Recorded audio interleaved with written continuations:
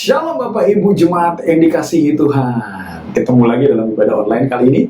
Tapi saya percaya meskipun kita dipisahkan ruang dan waktu, Bapak kita tetap ada dimanapun kita berada. Sebab Bapak di surga yang mengasihi kita itu adalah Bapak yang tidak dibatasi oleh ruang dan waktu. Karenanya mari kasih posisi ibadah, kasih yang terbaik ketika kita ingin memuji dan memuliakan nama Tuhan. Oke? Ya, baik, sebelum kita mulai ibadah kita, mari kita berdoa terlebih dahulu. Bapa di surga, terima kasih buat segala kebaikan Tuhan. Terima kasih buat kesempatan beribadah hari ini. Meskipun kami beribadah online, tapi kami percaya bahwa Tuhan hadir dimanapun kami berada. Kau Bapa yang mengasihi kami, Kau Bapa yang menyertai kami dimanapun kami berada. Karenanya pagi ini Tuhan kami meminta, kiranya tidak saja Engkau hadir, tapi Engkau juga menyatakan, memanifestasikan kehadiran-Mu dimanapun kami berada. Sehingga setiap kami yang sakit, Tuhan sembuhkan. Setiap kami yang bermasalah, berbeban berat, Tuhan bantu melewatinya. Setiap kami yang mengalami kelemahan, Tuhan kuatkan. Dan dalam ibadah ini kami secara pribadi berjumpa dengan Tuhan, sehingga hidup kami tidak sama lagi seperti sebelumnya. Di dalam nama Tuhan Yesus Kristus kami berdoa dan mengucap syukur. Yang percaya sama-sama katakan amin. Saya sangat percaya bahwa ketika kita mengasihi Tuhan, maka apa yang tidak pernah kita lihat dengan mata, tidak pernah kita dengar dengan telinga, bahkan yang tidak pernah timbul dalam hati, itu yang Tuhan sediakan. Jika ini menjadi pengakuan iman kita, Bapak Ibu, mari sama-sama katakan, apa yang pernah dilihat mata, yang tak pernah didengar telinga, yang tak pernah timbul di dalam hati, semua disediakan bagi yang mengasihi. Apa yang tak pernah dilihat mata, yang tak pernah didengar telinga, yang tak pernah timbul di dalam hati, semuanya yang mengasihi Dia. Alasanku melakukan segala perkara, dulu, sekarang, dan selamanya. Kuasanya tidak berubah. Alasanku melakukan segala perkara, dulu, sekarang, dan selamanya. Kuasanya tak berubah. Mari sama-sama katakan sekali lagi. Pernah dilihat mata, yang tak pernah didengar telinga,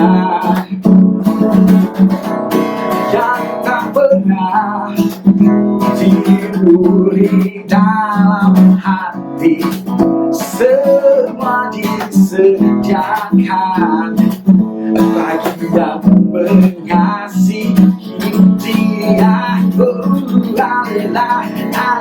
Alasanku melakukan segala perkara, dulu, sekarang, dan selamanya. Kuasanya tidak berubah.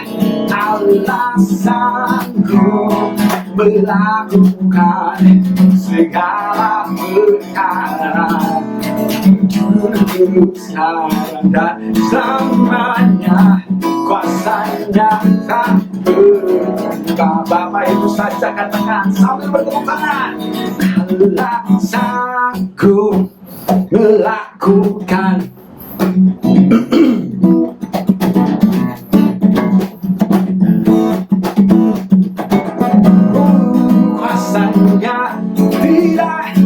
berubah, alasanku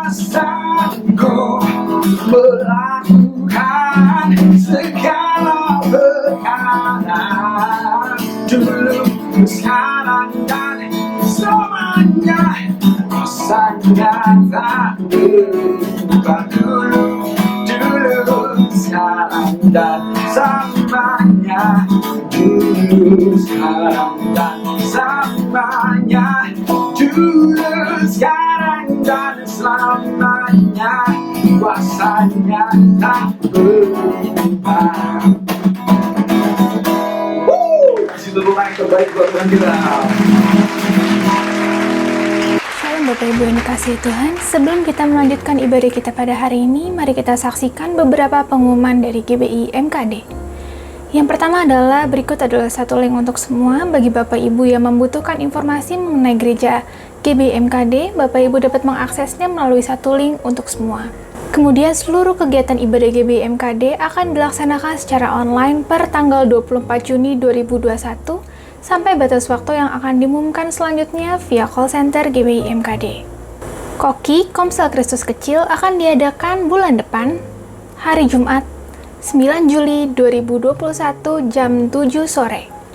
Bagi Bapak Ibu yang mempunyai anak-anak, boleh diajak anak-anaknya untuk mengikuti Komsel Kristus Kecil. Hari ini ada ibadah untuk remaja dengan tema family yang akan dibawakan oleh Kak James.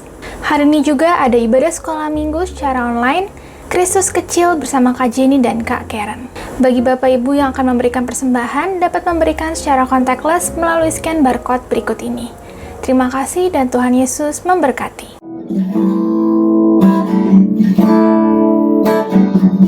Saya sangat percaya bahwa Tuhan kita mengatasi kebenaran-kebenaran yang ada. Maksud saya Tuhan kita mengatasi fakta-fakta yang ada. Mungkin saat ini kita lihat fakta-fakta yang membuat kita deg-degan, membuat kita panik ya, membuat kita wow. Tapi saya percaya bahwa kebenaran-kebenaran yang Tuhan ungkapkan dalam hidup kita jauh mengatasi semua fakta-fakta yang ada. Dan Dia Allah yang lebih tahu bagaimana cara menolong hidup kita. Mari siapkan hati kita akan mendengarkan firman Tuhan. Biar firman ini jadi pedoman, jadi kekuatan, jadi pegangan kita mengatasi segala sesuatu yang ada, yang membuat kita mungkin kadang khawatir. Biar firman Tuhan ini jadi kekuatan dalam hidup kita.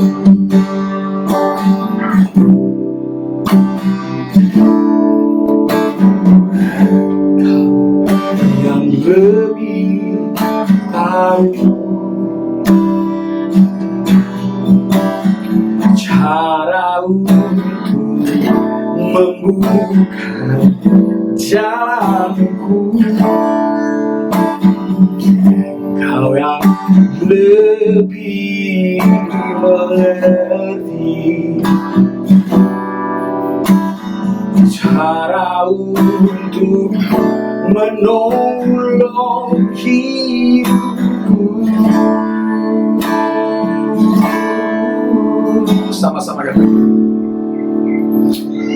Ku percaya Kau Tuhan yang tak pernah gagal menjadikanku lebih dari pemenang.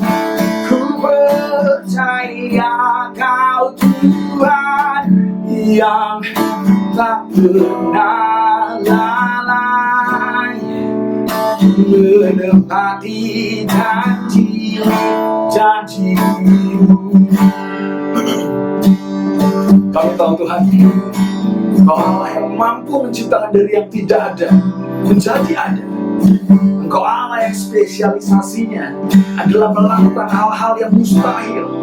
Kami percaya Tuhan, Engkau sanggup melakukan segala sesuatu dan tidak ada rancangan-Mu yang gagal dalam hidup kami. Sama-sama kita katakan, Kau yang lebih tahu cara untuk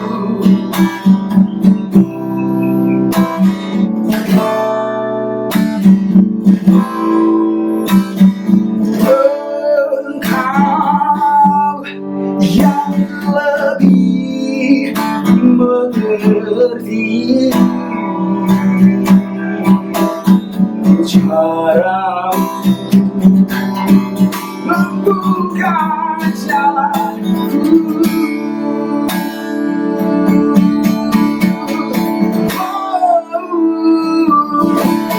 Ku percaya Kau Tuhan yang tak pernah gagal menjadikanku lebih dari pemenang.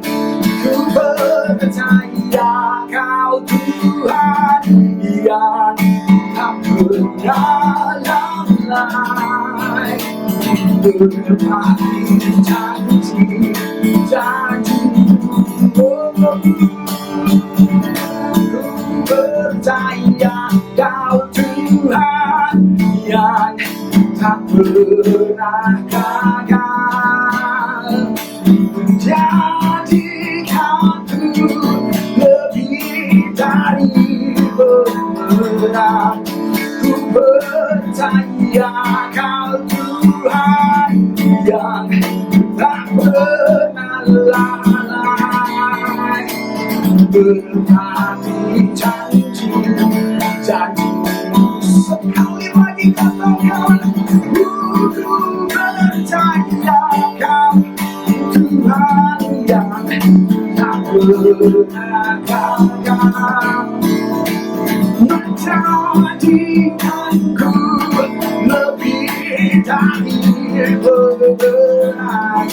Ku percaya Kau Tuhan yang tak pernah lalai menepati janji-janji-Mu. Kau tak pernah lalai menepati janji-janji-Mu. Kau selalu menepati janji-janji-Mu.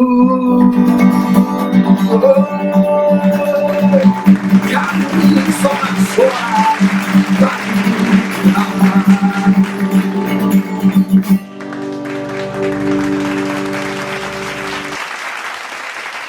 Shalom Bapak Ibu yang dikasihi Tuhan. Akhirnya kita harus ibadah online lagi selama beberapa waktu ke depan ini. Tapi tidak masalah Bapak Ibu ya. Saya berdoa dan berharap Bapak Ibu tetap semangat.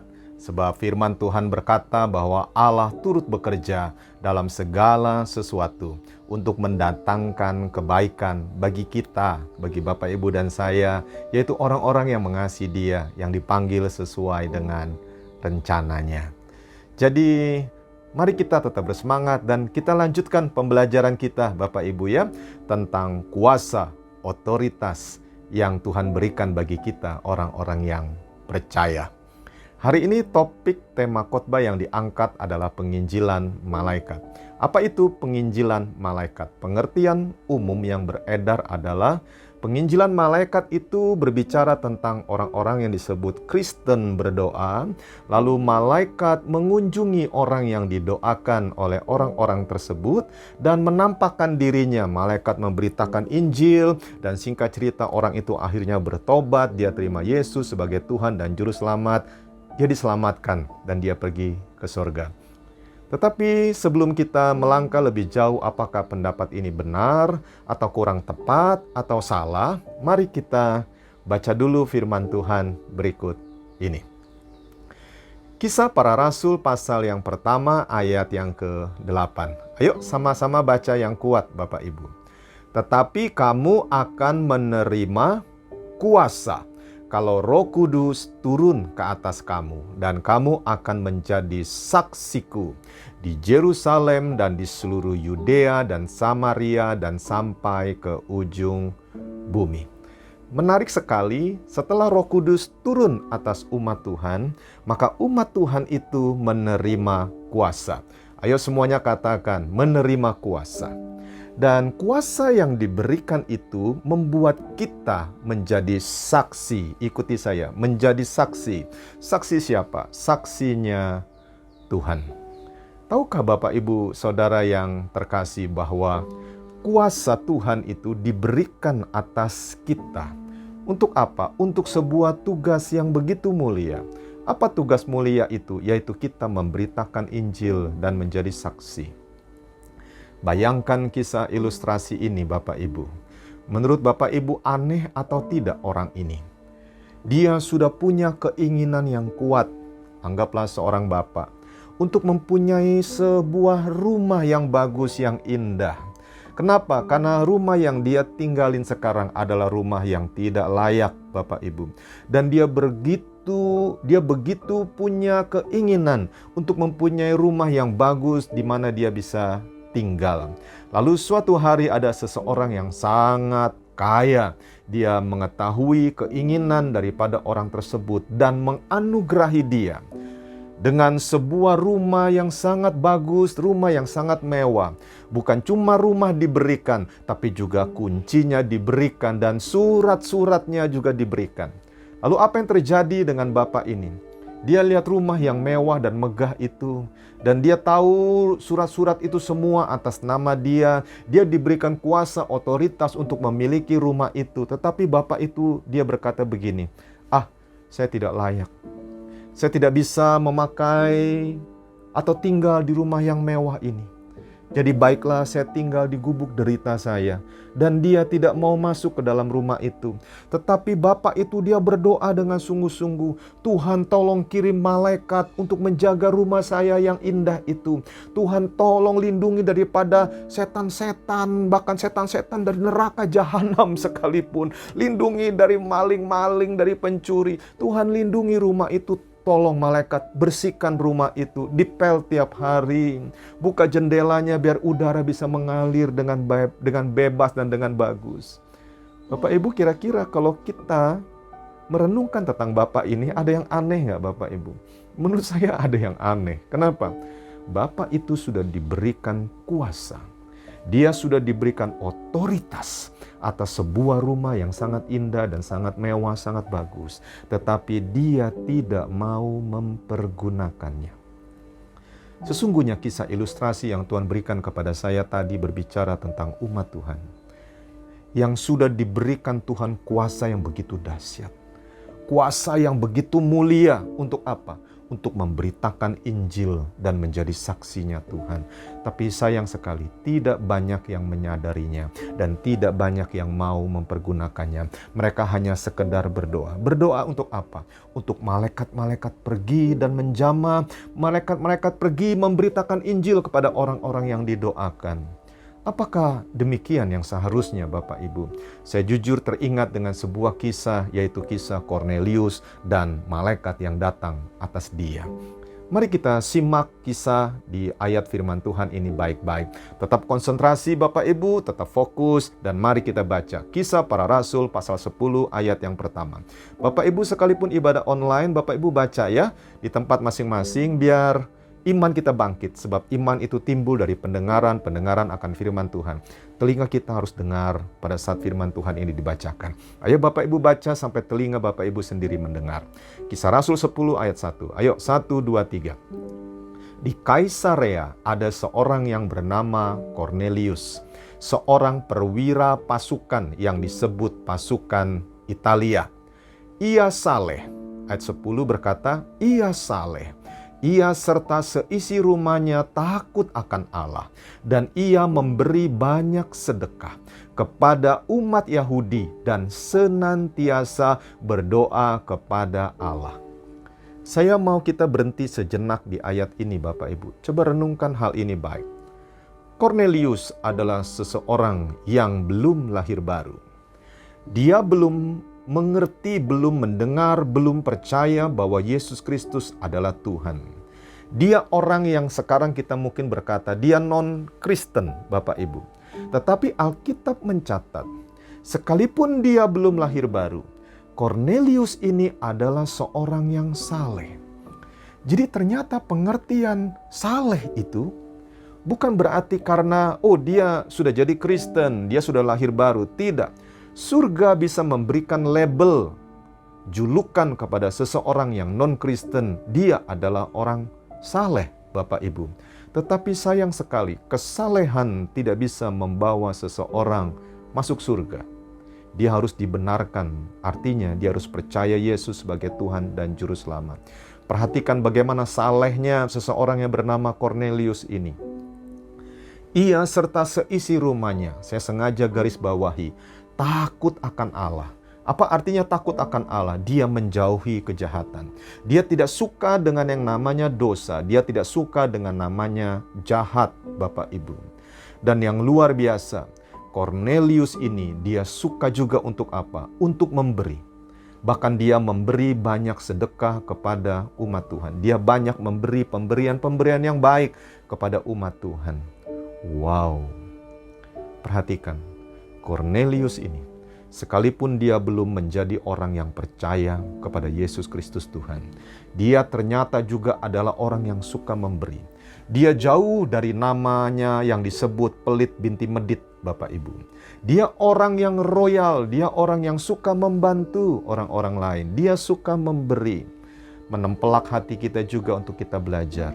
Apakah kita disebutkan juga sebagai orang yang takut akan Allah dan suka memberi kepada umat Tuhan, kepada gereja Tuhan? Atau kita menahan apa yang harusnya menjadi milik Tuhan?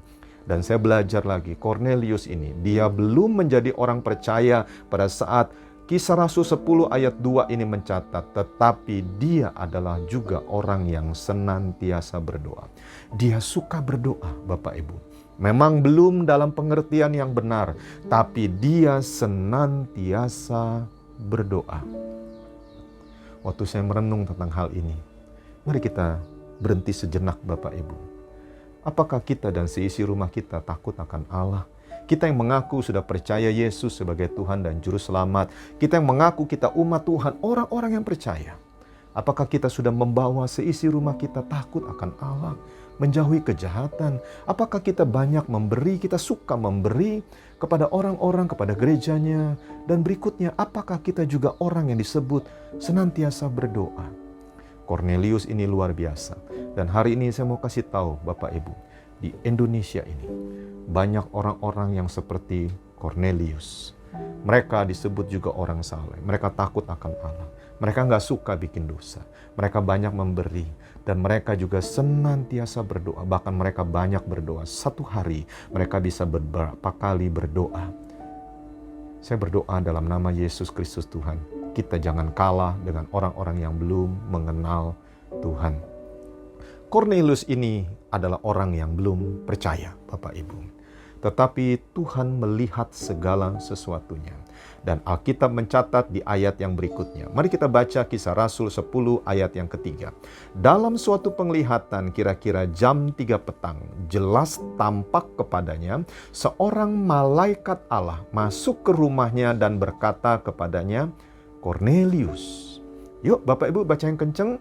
Ia menatap malaikat itu. Jadi Kornelius dia tatap malaikat itu dan dengan takut. Perhatikan kata takut. Ia berkata, ada apa Tuhan? Bayangkan seorang perwira yang membawahi 100 prajurit tentara Romawi yang gagah berani dan nyaris tidak pernah takut menghadapi musuh. Kornelius tiba-tiba dia takut waktu dia berhadapan dengan malaikat dan dia berkata, ada apa Tuhan? Jawab malaikat itu. Ini menarik Bapak Ibu. Semua doamu dan sedekahmu telah naik ke hadirat Allah dan Allah mengingat engkau. Wow. Orang yang belum percaya, doa dan sedekahnya juga naik ke hadirat Tuhan. Dan Tuhan mengingat Kornelius ini. Tuhan berbelas kasihan Bapak Ibu. Melihat seseorang yang saleh, tapi dia belum diselamatkan. Kesalehan dia tidak bisa membawa dia ke sorga. Sebab untuk dia bisa pergi ke sorga, dia harus percaya kepada satu pribadi, yaitu Yesus Kristus, Tuhan kita. Mari kita lanjutkan ayat ini, Bapak Ibu. 10:5, Ayo yang kencang. 1, 2, 3. Dan sekarang suruhlah beberapa orang ke Yope untuk menjemput seseorang yang bernama Simon dan yang disebut Petrus. Nah, waktu saya belajar tentang hal ini, menarik Bapak Ibu. Ada sebuah pemikiran. Ayo, hari ini kita belajar tentang penginjilan malaikat. Pertanyaannya, mengapa malaikat ini tidak langsung saja memberitakan atau menceritakan Injil kepada Kornelius? Bukankah itu akan jauh lebih efisien daripada mengirimkan beberapa orang? Ini selama beberapa hari loh Bapak Ibu.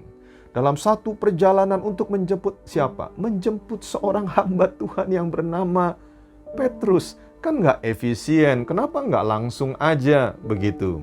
Dan satu hal juga yang menarik, mengapa malaikat ini tidak langsung memberitahukan kepada Kornelius? Bagaimana caranya supaya dia dilahirkan kembali? Kan bisa aja malaikat seperti khotbah gitu statementnya. Jadi gini loh Kornelius, 1, 2, 3, begitu saja. Kenapa Bapak Ibu tahu? Jawabannya sederhana. Ayo perhatikan. Karena Tuhan memberikan kuasa dan otoritas. Karena Tuhan memberikan kuasa dan otoritas untuk bersaksi, memberitakan Injil hanya kepada manusia jasmania, semacam Petrus, saudara dan juga saya. Dan otoritas kuasa itu tidak diberikan kepada malaikat. Apa yang terjadi, Bapak Ibu? Saya teringat ini adalah sebuah ayat yang seringkali dibaca oleh orang-orang yang belajar tentang penginjilan malaikat. Coba lihat, malaikat bisa menginjil bukan? Tapi bagaimana dengan Wahyu 14 ayat yang ke-6? Ayo kita kupas sedikit ayat ini Bapak Ibu, biar Bapak Ibu lebih dalam lagi dalam mengasihi Tuhan. Wahyu 14 ayat yang ke-6. Ayo baca yang kencang. 1, 2, 3. Dan aku melihat seorang malaikat lain terbang di tengah-tengah langit, dan padanya ada Injil yang kekal untuk diberitakannya kepada mereka yang diam di atas bumi, dan kepada semua bangsa dan suku dan bahasa dan kaum. Beberapa kata saya berikan warna yang berbeda. Injil yang kekal untuk diberitakannya. Perkataan diberitakannya ini Bapak Ibu di bahasa aslinya adalah proclaim. Bukan mengajarkan, bukan bersaksi Bapak Ibu, tapi ini proclaim, sebuah pernyataan tentang Injil. Apa yang diproklamirkan, apa yang diproklaim, apa yang dinyatakan oleh malaikat ini. Perhatikan Bapak Ibu, malaikat di ayat ini dia tidak bersaksi, tapi dia proclaim tentang apa? Tentang penghukuman. Kenapa? Karena mereka, orang-orang itu yang masih hidup pada masa itu, tidak mau percaya kepada Injil yang adalah kabar baik itu. Malaikat bisa menyampaikan pesan Tuhan, tapi malaikat tidak bisa bersaksi. Kenapa? Karena malaikat tidak pernah ditebus. Manusia semacam Bapak, Ibu, dan saya, kita yang sudah ditebus. Dan pengenalan kita akan Tuhan, karena Tuhan telah menebus kita. Malaikat tidak ditebus. Kalau malaikat salah, dia dibuang, dia dilempar. Tapi kalau manusia semacam Bapak, Ibu, dan saya, kalau kita salah, kita berbuat dosa, kita ditebus dengan darahnya yang mahal. Dan itu yang kita saksikan, bagaimana pengalaman kita bersama-sama dengan Tuhan kepada orang-orang yang belum diselamatkan. Lalu kalau gitu apa fungsi malaikat? Oh banyak. Malaikat adalah roh-roh yang begitu perkasa yang membantu kita Bapak Ibu. Mereka adalah roh-roh yang ditugaskan untuk melayani orang-orang yang diselamatkan. Tetapi ingatlah baik, keputusan Tuhan sudah jelas. Yang menjadi saksi, yang memberitakan Injil, tugas otoritas itu sudah diberikan kepada manusia jasmania, yaitu Bapak, Ibu, dan saya. Malaikat akan tolong kita. Roh Tuhan, Roh Kudus bersama-sama dengan kita. Setuju? Katakan yes. Mari kita berikan tepuk tangan lagi yang kuat buat Tuhan kita yang baik. Dan mari kita lanjutkan kisah ini. Kemudian Petrus dia berkata sesuatu kepada Kornelius dan keluarganya yang hari itu berkumpul. Kisah Rasul 10 ayat 39, dan kami adalah saksi. Perhatikan kata di sana. Saksi dari apa? Dari segala sesuatu yang diperbuat Tuhan Yesus di tanah Yudea maupun di Yerusalem, dan mereka telah membunuh dia dan menggantung dia pada kayu salib. Itu yang diceritakan oleh Petrus, dan Petrus juga menegaskan, dan ia telah menugaskan kami memberitakan kepada seluruh bangsa dan bersaksi. Ayo semua ikuti saya. Bersaksi bahwa dialah yang ditentukan Allah menjadi hakim atas orang-orang hidup dan orang-orang mati. Ayo ayat 43 yang kencang Bapak Ibu sekuat-kuatnya. 1, 2, 3. Tentang dialah semua nabi, perhatikan di sana, bersaksi. Perhatikan kata itu, bersaksi bahwa barang siapa percaya kepadanya, kepada Yesus Kristus Tuhan maksudnya, ia akan mendapat pengampunan dosa oleh karena namanya. Wow, haleluya. Mari kita berikan sorak-sorai yang kuat buat Tuhan kita yang baik.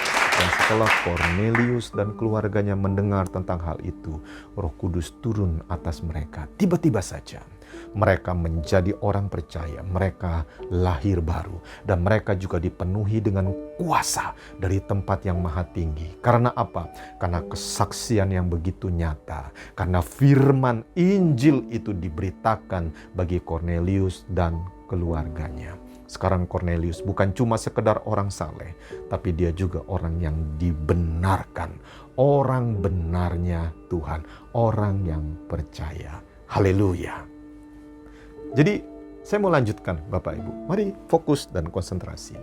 Tuhan memberikan kuasanya untuk kita agar kita melakukan tugas pemberitaan Injil dan bersaksi. Supaya apa? Supaya orang yang mendengarnya menjadi percaya dan mereka dilahirkan kembali. Melalui apa? Melalui firman Allah yang mereka dengar. Firman yang hidup dan yang kekal. Saya teringat dengan hadiah Bapak Ibu. Bapak Ibu tahu, kalau kira-kira nih kita mau kasih hadiah kepada Tuhan, hadiah apa yang menurut Bapak Ibu yang terbaik? Emas, perak, permata, semua sudah Tuhan punya. Mungkin Anda berkata, oh aku berikan hadiah pujian dan penyembahan. Bagus, itu tidak masalah. Tetapi ketahuilah ada satu hadiah yang begitu berkenan di hati Tuhan. Hadiah itu apa? Tuhan itu sangat mengasihi jiwa-jiwa.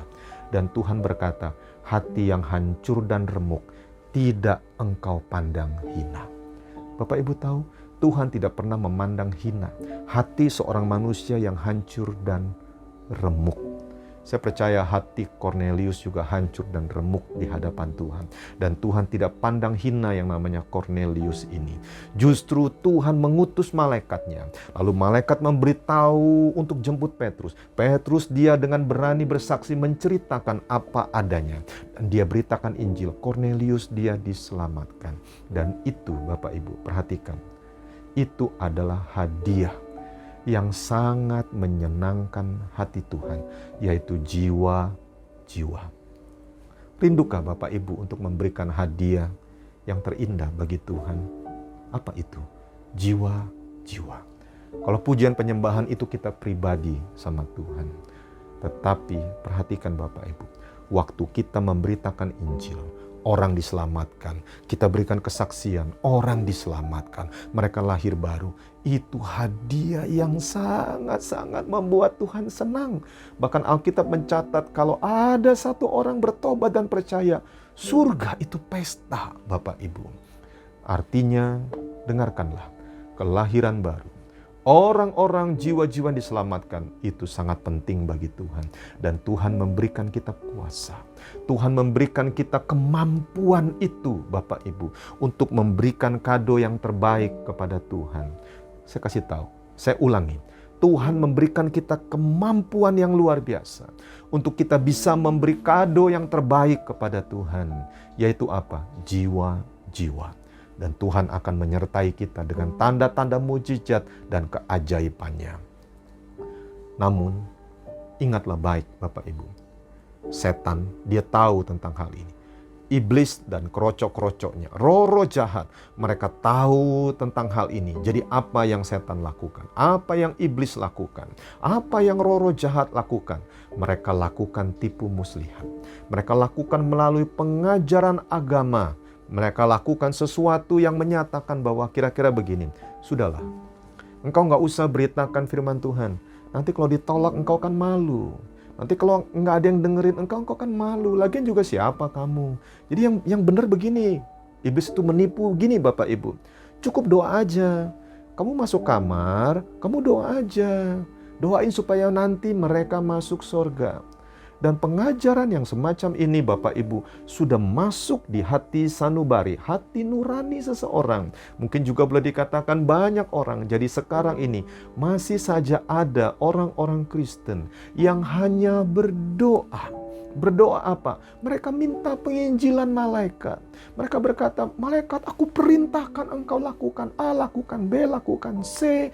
Untuk supaya orang itu lahir baru.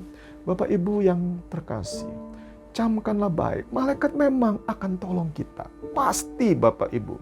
Tetapi konsentrasi, malaikat bukan figur utama untuk bersaksi dan memberitakan Injil. Kuasa dan otoritas itu sudah diberikan kepada kita manusia. Jadi kita harus keluar, bersaksi dan memberitakan Injil.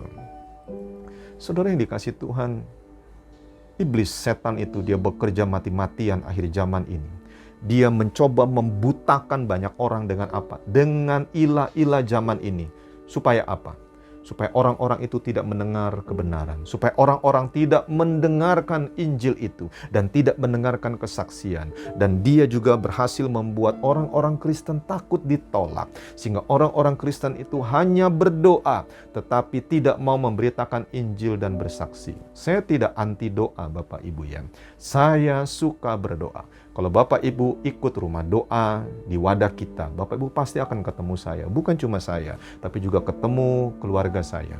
Hari ini camkan baik, saya tidak anti doa. Tetapi camkanlah Bapak Ibu. Kita harus beritakan Injil. Kita harus bersaksi. Kenapa? Karena firman Tuhan berkata demikian. Ayo coba kita baca. Roma 10 ayat 13 dan selanjutnya. Ayo perhatikan ayat ini dan baca sekeras-kerasnya Bapak Ibu. 1, 2, 3. Sebab barang siapa yang berseru kepada nama Tuhan akan diselamatkan. Katakan amin. Dan ayat berikut yang mencatat. Ini penting Bapak Ibu. Tetapi, ayo sekarang saya bacain buat Bapak Ibu ya. Tetapi bagaimana mereka dapat berseru kepadanya? Kepada Tuhan, Yesus kita, jika mereka tidak percaya kepada Dia. Nah pertanyaannya, bagaimana mereka dapat percaya kepada Dia jika mereka tidak mendengar tentang Dia? Nah menarik nggak Bapak Ibu?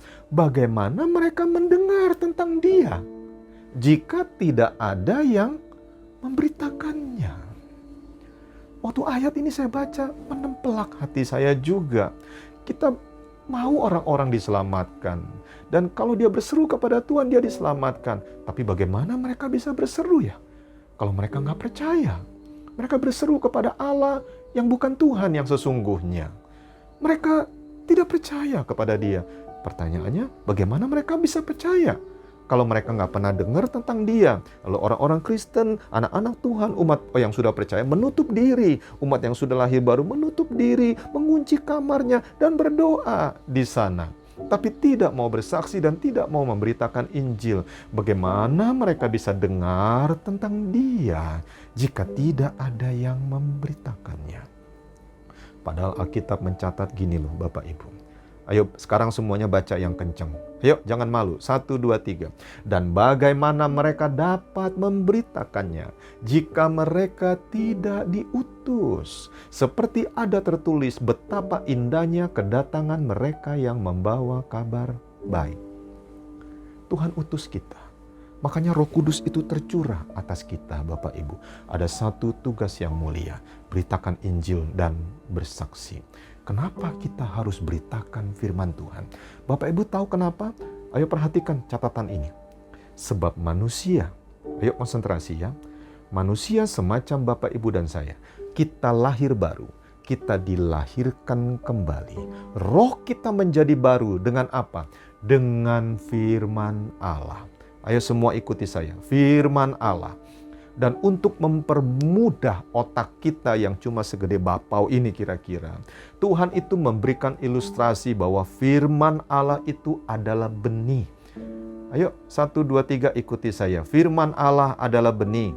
Ayo, firman Allah adalah benih. Yang kuat, firman Allah adalah benih. Saudara yang terkasih, perhatikan ayat ini baik-baik. 1 Petrus 1 ayat 23. Karena kamu telah dilahirkan kembali, bukan dari benih yang fana, tetapi dari benih yang tidak fana. Benih yang tidak fana itu apa? Oleh firman Allah yang hidup dan yang kekal. Perhatikan poin ini.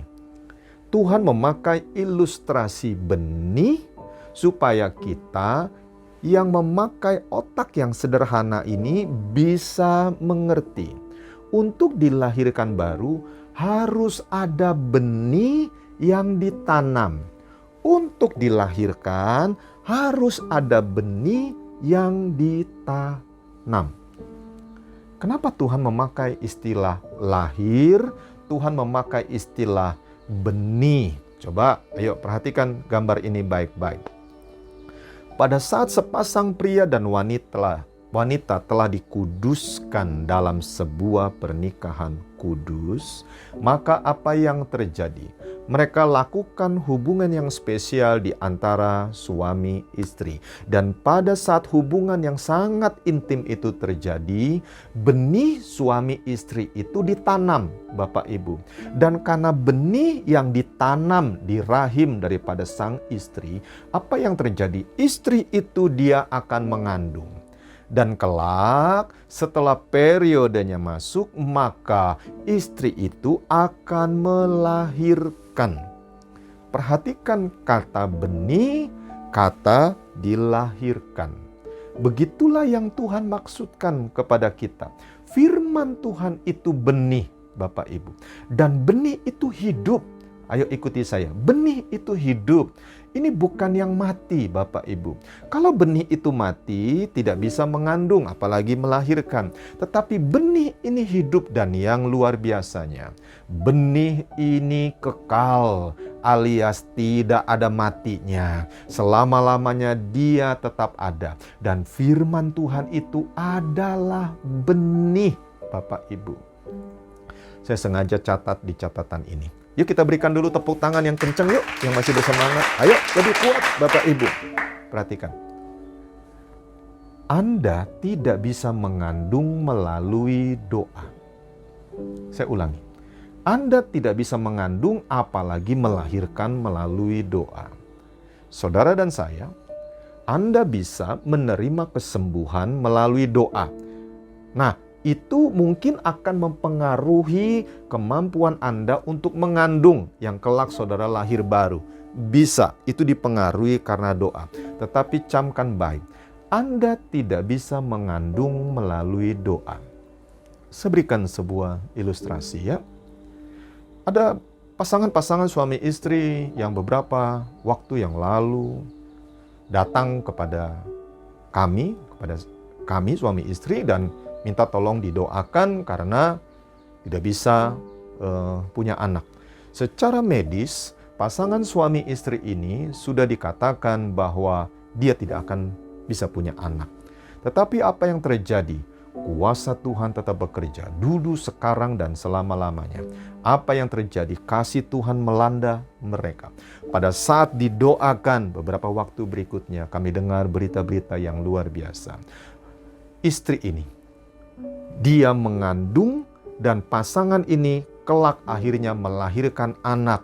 Ada yang 1 anak, ada yang 2 anak, dan selanjutnya Bapak Ibu, Tuhan membuka kandungan mereka secara ajaib.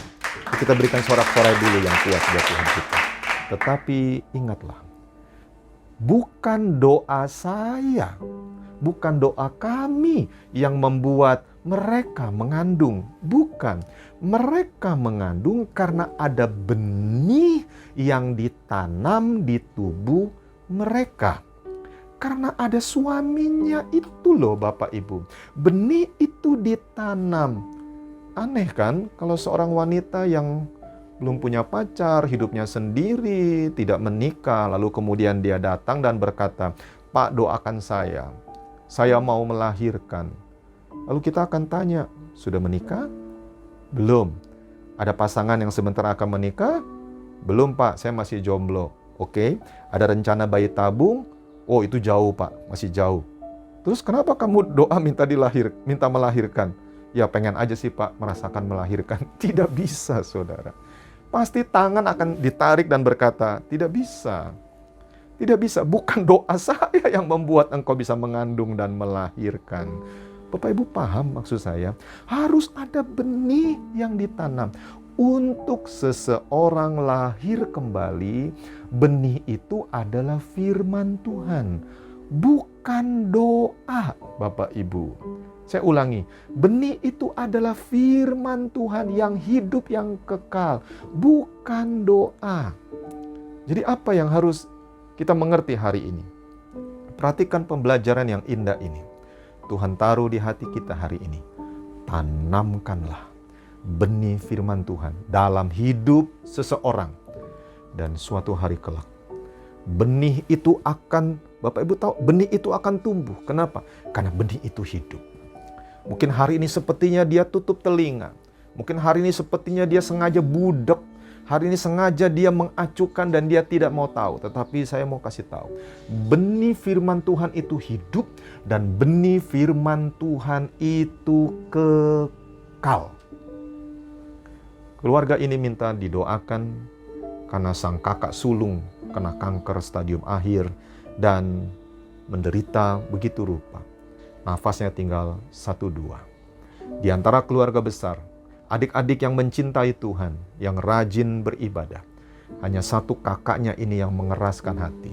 Kakaknya ini dia bisa datang ke gereja, tapi dia tidak mau buka hati buat Tuhan Yesus. Dia tahu lagu-lagu rohani, dia dengar firman disampaikan, tapi dia tutup mata hatinya karena ilah-ilah zaman ini. Tetapi apa yang terjadi? Dengarkan Bapak Ibu, benih itu hidup, benih itu kekal. Pada saat dia terbaring lemah dan tidak sadarkan diri, lalu kemudian saya diberitahu adakah waktu untuk berdoa. Hari itu belum COVID Bapak Ibu ya.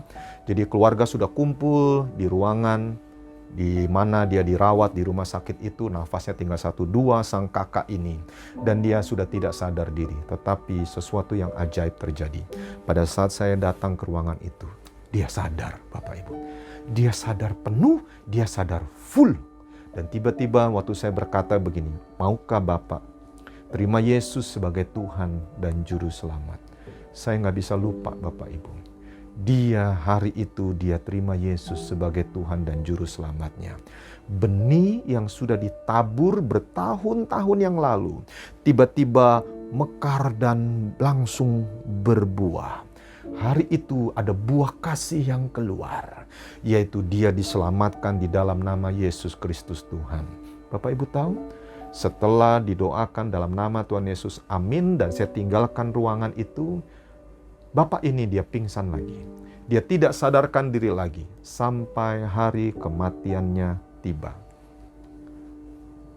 Hari ini saya mau sampaikan, tidak ada yang sia-sia. Terus tanamkan benih Bapak Ibu. Tanamkan benih firman Tuhan buat keluarga kita, buat orang-orang yang kita kasih, buat karyawan, buat pegawai, buat bahkan teman-teman segereja.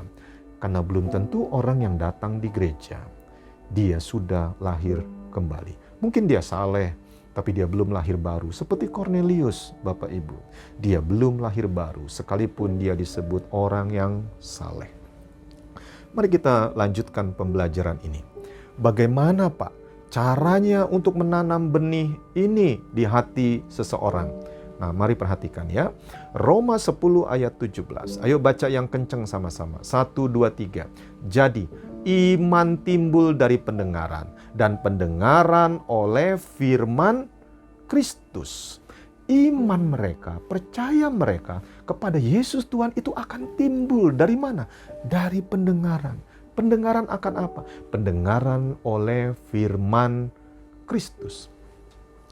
Kembali kepada malaikat dan Kornelius ini, Bapak Ibu. Malaikat tidak memberitahu Kornelius bagaimana caranya supaya dia bisa diselamatkan. Petruslah, seorang manusia jasmania, semacam Bapak Ibu dan saya, yang harus melakukan hal itu. Setuju? Katakan yes. Kita perlu memahami, Bapak Ibu yang dikasihi Tuhan, bahwa sekali lagi Tuhan telah memberikan otoritas itu, kuasa itu, tanggung jawab itu kepada kita untuk memberitakan Injil dan bersaksi. Sebenarnya sih, kalau pakai bahasa sehari-hari, saya ulangi Bapak Ibu, kita diberikan kesempatan semasa kita di dunia ini, semasa kita masih memakai manusia jasmania ini, untuk kita bisa memberikan kado yang terindah kepada Tuhan, yaitu jiwa-jiwa yang diselamatkan. Haleluya. Kita berikan dulu sorak-sorai yang kencang buat Tuhan kita yang baik. Ingatlah selalu Bapak Ibu ya, ingatlah selalu bahwa manusia, mari beberapa poin lagi saya akan tutup, jadi konsentrasi. Manusia hanya bisa dilahirkan kembali melalui firman Allah. Mengenai doa, doa tidak menyebabkan orang-orang dilahirkan kembali. Doa akan menolong kita setelah kita memberitakan Injil. Itu jelas. Bahkan sebelum kita memberitakan Injil, doa itu bisa menolong kita. Itu jelas.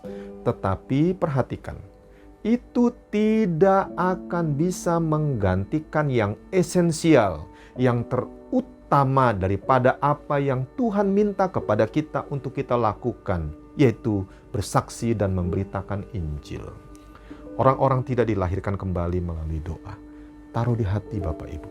Mereka tidak dilahirkan kembali melalui doa. Doa menolong, yes. Tapi doa tidak membuat mereka jadi lahir baru. Mereka dilahirkan kembali. Mereka menjadi ciptaan baru melalui apa? Melalui firman Tuhan, yaitu benih yang hidup dan yang kekal. Saya ulangi, firman yang Bapak Ibu lepaskan, itu adalah firman yang hidup. Saya percaya. Biar semua yang percaya juga katakan amin. Itu bukan firman yang mati, itu firman yang hidup. Seperti tadi kesaksian yang saya sudah sampaikan, firman itu hidup Bapak Ibu. Dan dia tidak akan mati, dia kekal. Dan hidup itu kekal Bapak Ibu. Wow, kalau Bapak Ibu bisa menangkap hal ini dengan sangat baik, ini luar biasa. Mari kita baca kembali 1 Petrus 1 ayat 23. Ayo yang kenceng.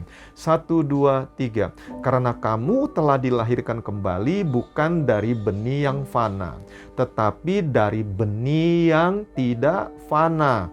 Apa itu? Oleh firman Allah yang hidup dan yang kekal.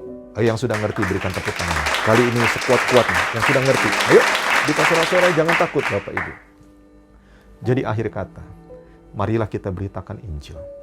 Dan bersaksilah di dunia ini, di Indonesia, di tempat kerja saudara, di gereja, masih ada Kornelius, orang-orang yang saleh. Orang-orang yang takut akan Tuhan, orang-orang yang suka memberi, orang yang juga mungkin suka berdoa senantiasa bahkan, tetapi mereka belum dilahirkan baru. Mereka orang-orang yang baik Bapak Ibu. Mereka harus dilahirkan kembali. Dengan cara bagaimana?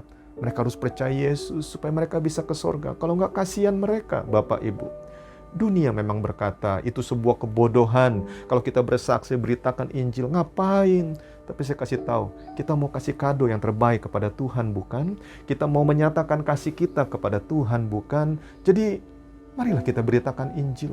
Begitu ada kesempatan untuk kita masuk, masuklah Bapak Ibu.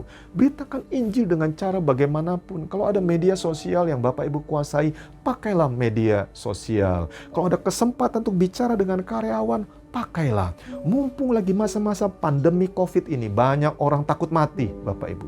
Banyak orang khawatir. Nah, beritakan Injil itu. Bersaksilah.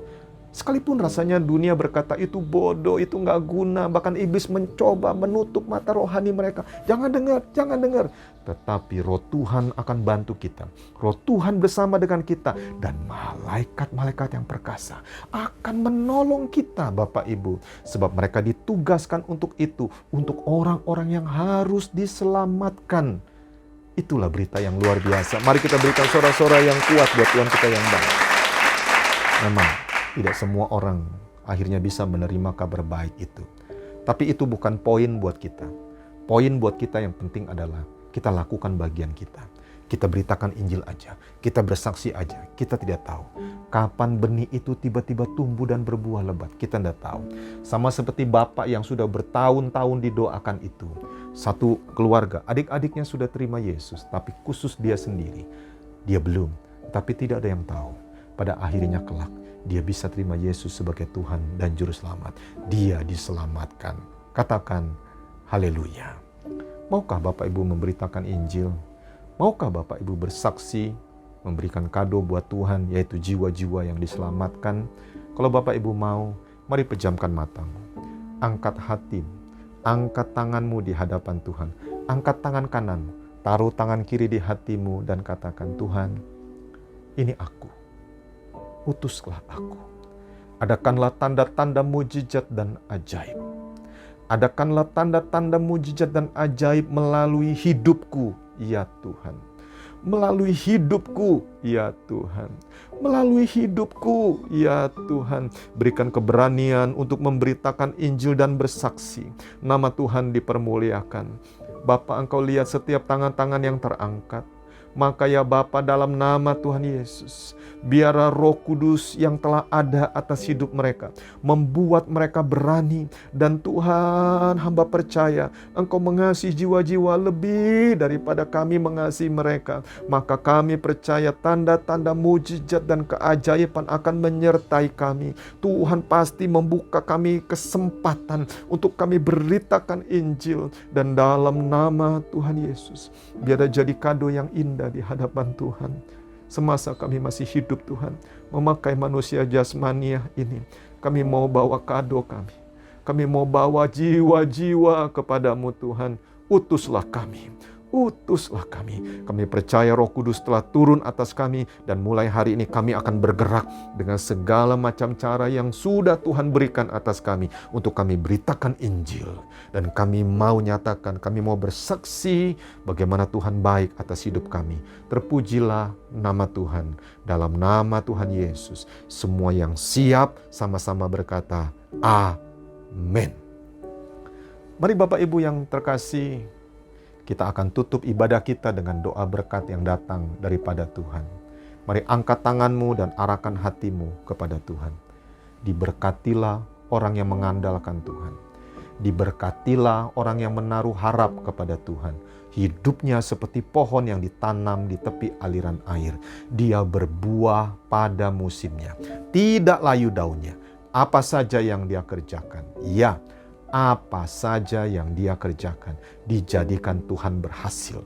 Dan terjadilah dalam nama Tuhan Yesus. Bahkan tahun ini juga, engkau dan saya, kita akan ditolong Tuhan secara ajaib. Kita diberkati Tuhan secara ajaib. Kita dipelihara oleh Tuhan secara ajaib. Dalam nama Tuhan Yesus, semua percaya sudah diberkati, sama-sama katakan, Amin.